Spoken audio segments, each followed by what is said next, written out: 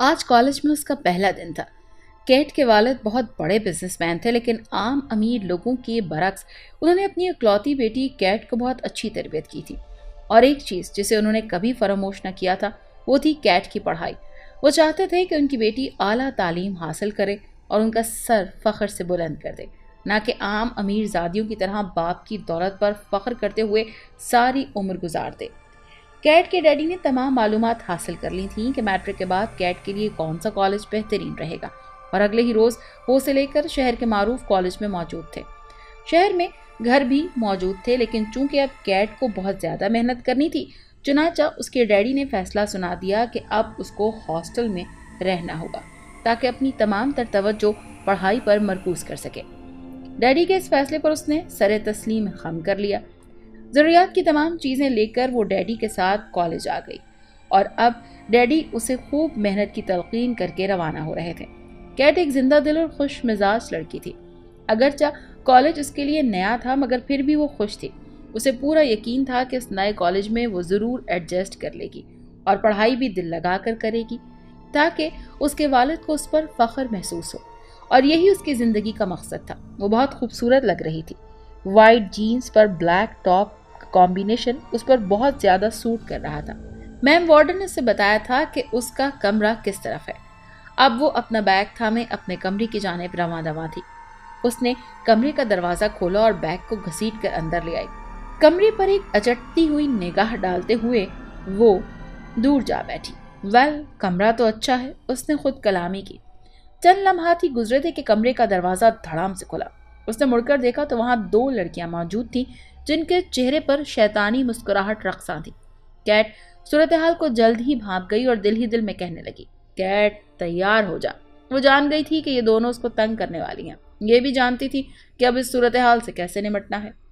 Stella اور کیتھی college میں آنے والی ہر نئی لڑکی کو تنگ کرنا اپنا فرض سمجھتی تھی، اور آج کیٹ ان کا شکار بننے والی تھی۔ وہ قدم قدم پر اس کی طرف بڑھ رہی تھی، اور کیٹ اپنے آپ کو مانو تیار کر رہی تھی کہ کیسے ان سے نمٹا جائے۔ اسی اسنا میں اسٹیلا نے کیٹ کے بالوں کو چھوا اور تمسخرانہ انداز میں کہنے لگی، ارے دیکھو کیتھی، اس چوہیا کے بال بالکل کسی چوہیا کی دم جیسے ہی لگ رہے ہیں۔ درست کہا نا میں نے؟ کیتھی منہ پھاڑ کر ہنسنے لگی اور اس نے کچھ یوں جواب دیا، بالکل اسٹیلا، تم نے درست کہا۔ تم نے بلکہ مجھے تو یوں لگتا ہے کہ کسی چڑیا گھر سے یہ بھاگ کر آئی ہے۔ اس بات پر دونوں منہ پھاڑ کر ہنسنے لگے۔ اس قدر بے عزتی پر کیٹ غصے سے لال پیلی ہونے لگی، مگر نہ جانے کیسے خود پر اس نے کنٹرول کیا اور کہنے لگی، ہائی، آئی ایم کیٹ، یہاں نئی آئی ہوں اور شہر کے سب سے معزز اور معروف بزنس مین جیمز رچرڈ کی بیٹی ہوں، اور جتنی بے عزتی تم میری کر چکی ہو، پرنسپل سے شکایت کر کے تم دونوں کو نکلوا بھی سکتی ہوں۔ وہ دونوں غصے سے دانت پیستی ہوئی وہاں سے چلی گئیں۔ ڈیڈی کے نام کی دھمکی کارگر ثابت ہوئی۔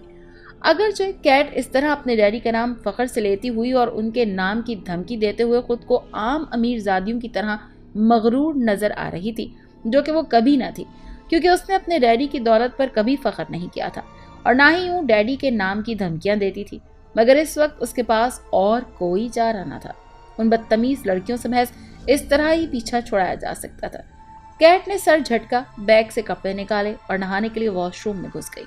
کچھ دیر بعد جب وہ گیلے بالوں کو تولیے سے صاف کرتے ہوئے باہر نکلی تو اس کی نظر کمرے میں ایک طرف رکھی بڑی سی الماری پر پڑی، جس کو دیکھتے ہی اس نے سوچ لیا کہ بڑے اہتمام سے اس میں اپنا سب سامان رکھے گی۔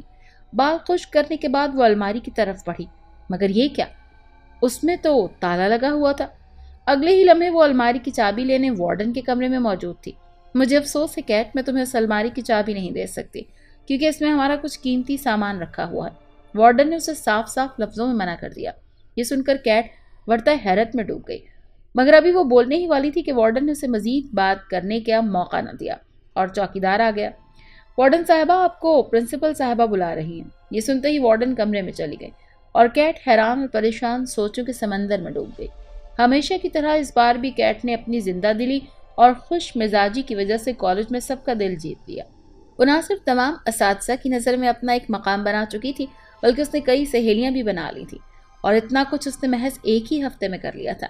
نہ صرف اپنی تمام کلاس فیلوز کے ساتھ اس کی دوستی تھی، بلکہ اس نے تو ایک سینئر لڑکی سے بھی دوستی کر لی تھی جس کا نام ایما تھا۔ ایما ایک سلجھی ہوئی اور خوش مزاج لڑکی تھی، اور جب کیٹ نے اس کی جانب دوستی کا ہاتھ بڑھایا تو اس نے فوراً اس سے دوستی کر لی، اور اس طرح وہ دونوں بہت اچھی دوست بن گئیں۔ ایک دن کیٹ اور ایما کینٹین میں بیٹھی ہوئی تھی کہ ایما نے کچھ سوچتے ہوئے کہا، ویسے کیٹ، تم جس کمرے میں ٹھہری ہو وہ تمہیں پسند ہے کیا؟ اس پر کیٹ نے سرسری انداز میں کہا، ہاں یار، اچھا ہے اور آرام دہ بھی ہے۔ ایما کچھ بے چین سی لگ رہی تھی اور اس کی اس بے چینی کو کیٹ نے بھانپ لیا۔ کیٹ جھٹ سے بول پڑی، کیا ہوا؟ تم پریشان کیوں نظر آ رہی ہو ایما؟ ایما چونک پڑی جیسے کسی گہری سوچ میں ڈوبی ہوئی ہو۔ اچانک کیٹ کو کچھ یاد آیا اور وہ اچھل پڑی۔ ارے ایما، تمہیں میم وارڈن کی ایک بات بتاؤں؟ میرے کمرے میں ایک الماری موجود ہے جسے دیکھتے ہی میں نے سوچا تھا کہ اپنا تمام سامان اس میں سجا کر رکھوں گی، لیکن اس پر تالا لگا تھا۔ میں میم وارڈن کے پاس گئی تو انہوں نے صاف منع کر دیا کہ اب میرا بیچارہ سامان بیگ میں ہی پڑا ہے۔ یہ بھی کوئی بات ہوئی بھلا؟ کوئی وجہ بھی نہیں بتائی اور ایسے ہی منع کر دیا۔ یہ بات سنتے ہی ایما کے پسینے چھوٹنے لگے۔ ارے ایما، کیا ہوا تمہیں؟ تم ٹھیک ہو نا؟ کیٹ نے اس کے تاثرات دیکھتے ہوئے پریشانی سے دریافت کیا۔ اپنی بدحواسی پر قابو پاتے ہوئے ایما بمشکل بولی، خاموش رہو کیٹ، بالکل خاموش، اس الماری کا ذکر بھی آئندہ کبھی مت کرنا۔ کیٹ پہلے سے ہی الماری والی بات پر پریشان تھی، اب ایما کی اس طرح کی بات سن کر مزید پریشان ہوئی۔ پلیز ایما، مجھے بتاؤ نا کیا بات ہے، مجھے لگتا ہے تم مجھ سے ضرور کچھ چھپا رہی ہو، پلیز مجھے بتاؤ کیا بات ہے۔ کیٹ نے التجا کی۔ اس پر ایما سرگوشی کے انداز میں بولی، کیٹ، میں جو کچھ تمہیں بتانے والی ہوں اسے سن کر تم اچھل مت پڑنا اور نہ ہی شور شرابہ شروع کر دینا۔ آرام سے میری بات سنو۔ جس کمرے میں تم ٹھہری ہو، ٹھیک 1 سال پہلے اس کمرے میں ایک کمیلا نامی لڑکی نے پنکھے سے لٹک کر خودکشی کر لی تھی۔ کیا؟ یہ کیا کہہ رہی ہو؟ تمہارا مطلب ہے کہ انہوں نے مجھے ایک ایسا کمرہ دے دیا ہے جس میں ایک لڑکی خودکشی کر چکی ہے؟ What the hell is that؟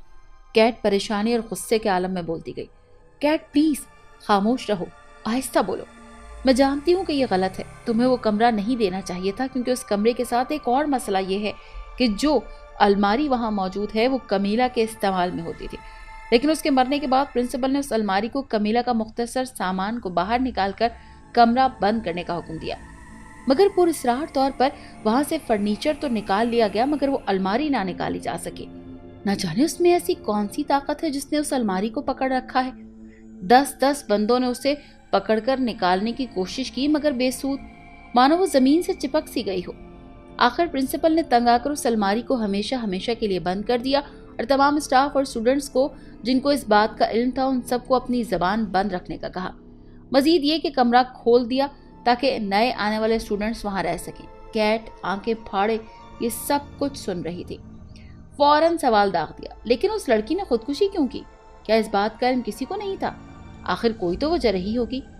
نہ جانے کیوں اب کیٹ کو خوف سے زیادہ مرنے والی لڑکی سے ہمدردی محسوس ہو رہی تھی۔ ایما نے ایک ٹھنڈی آہ بھرتے ہوئے کہا، نہیں، کسی کو اس کی خودکشی کرنے کی وجہ کا علم نہیں تھا۔ وہ ایک غریب گھرانے کی لڑکی تھی، اس کے والدین نے بھی اف تک نہ کی اور رو دھو کر اس کی لاش لے گئے۔ اس کی لاش کا پوسٹ مارٹم تک نہ ہوا۔ پرنسپل نے کالج کی بدنامی سے بچنے کے لیے معاملہ دبا دیا، سب کو خاموش کرا دیا اور معاملہ رفع دفع ہو گیا، مگر آج بھی میں پنکھے سے لٹکتی ہوئی اس لاش والا منظر یاد کروں تو رونگٹے کھڑے ہو جاتے ہیں۔ دوسرا وہ پراسرار الماری، نہ جانے کیوں وہ وہاں جم کر ہی رہ گئی ہے۔ کیٹ یہ سب سننے کے بعد خیالوں کی دنیا میں ڈوب سی گئی تھی کہ ایما نے اسے کہا، تم بس اپنا خیال رکھا کرو، مجھے تو اس کمرے کے پاس سے گزرتے ہوئے بھی خوف محسوس ہوتا ہے، تم اپنا خیال رکھنا۔ کیٹ نے زبردستی مسکراتے ہوئے کہا، ہاں تم بالکل پریشان مت ہو۔ ایما کلاس کا کہہ کر چلی گئی جبکہ کیٹ وہیں پریشانی کے عالم میں بیٹھی رہی۔ اس رات نہ جانے کیٹ کو نیند کیوں نہیں آ رہی تھی، اسے رہ کر ایما کی باتیں یاد آ رہی تھیں۔ بار بار وہ اس الماری کو دیکھتی، اوپر سے ہوا میں خنکی بھی بڑھ گئی تھی، اسے بہت ٹھنڈ محسوس ہونے لگی۔ کیٹ نے کمبل کھینچ کر منہ پر ڈالا اور سونے کی کوشش کی۔ اچانک اسے کسی کے سسکنے کی آواز سنائی دی۔ آواز میں اتنا کرب تھا کہ کیٹ بے چین ہو کر اٹھ بیٹھی۔ کون ہے؟ کون رو رہا ہے؟ کیٹ نے تمام تر ہمت یکجا کرتے ہوئے پوچھا۔ کیوں کوئی رو رہا ہے یہاں؟ کیٹ بے چین اور پریشان ہو گئی۔ کچھ ہی لمحوں کی خوفناک خاموشی کے بعد ایک دردناک آواز آئی، کیٹ میری مدد کرو گی؟ کیٹ ایک بہادر لڑکی تھی مگر یوں تنہائی میں اگر ایک دردناک نسوانی آواز آپ سے مدد طلب کر لے تو کسی کے بھی پسینے نکل سکتے ہیں، اور یہی کیٹ کے ساتھ بھی ہوا۔ وہ خوف کے مارے پسینے میں شرابور تھی کہ دوبارہ آواز آئی، دیکھو اچھی لڑکی، تم مجھ سے ڈرو نہیں، میں تمہیں نقصان نہیں پہنچاؤں گی، بس مجھے اس اذیت سے نکالو، میری مدد کرو۔ آواز بدستور کرب پوشیدہ تھی۔ کیٹ نے خود پر قابو پاتے ہوئے بمشکل کہا، کون ہو تم اور کیا چاہتی ہو مجھ سے؟ جواب میں اسے ایک ہیولا اپنے نزدیک آتا دکھائی دیا۔ کیٹ سکڑ کر بیٹھ گئی۔ ہیولا واضح ہوتا گیا اور اس نے ایک لڑکی کی شکل اختیار کر لی۔ وہ ایک عام صورت والی سیدھی سادی لڑکی تھی جو اب کیٹ کے سامنے کھڑی تھی۔ چہرے پر کرب کے تاثرات نمایاں تھے۔ اس نے لبوں کو حرکت دی۔ میں کمیلا ہوں۔ کیٹ ایک مرتبہ پھر ڈر گئی۔ مگر تم تو 1 سال پہلے مر گئی تھی نا؟ اس پر کمیلا ہولے سے مسکرائی۔ اس کی تو ہنسی میں بھی بے پناہ کرب تھا۔ اس نے اپنی داستان یوں سنائی۔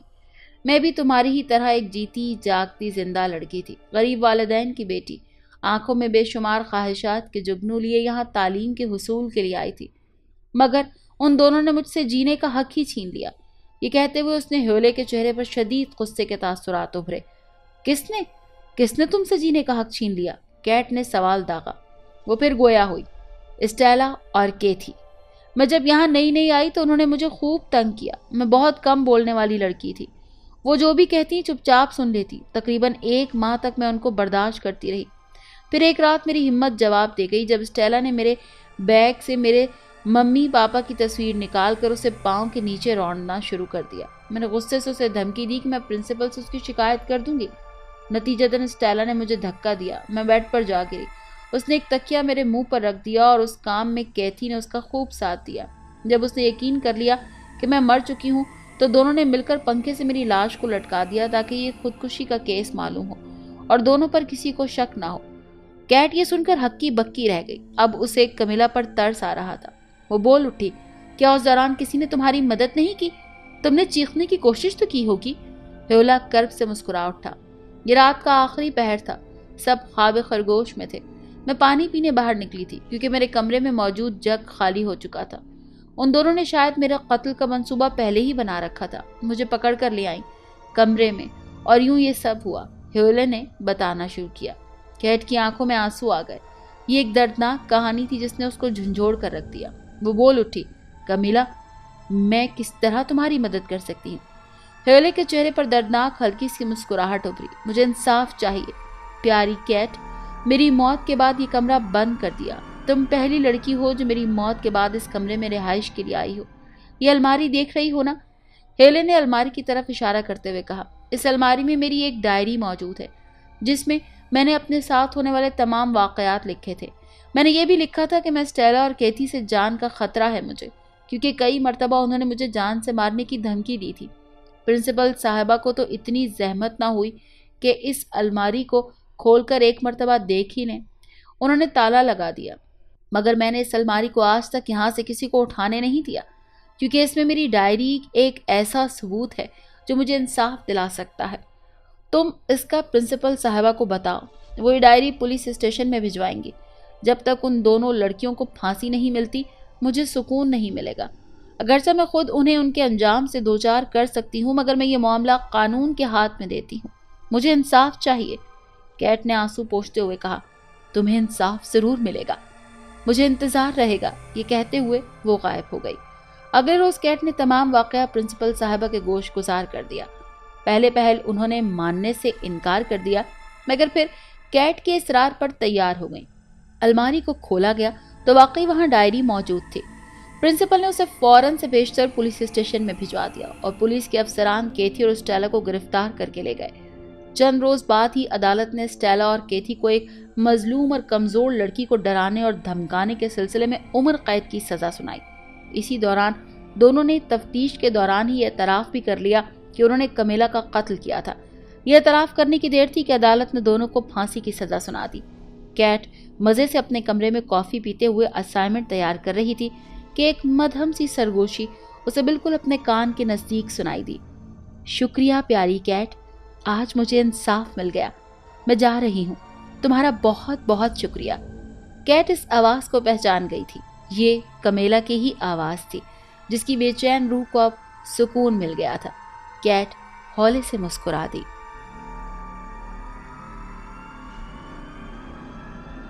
اگر آپ کو یہ کہانی اچھی لگی ہے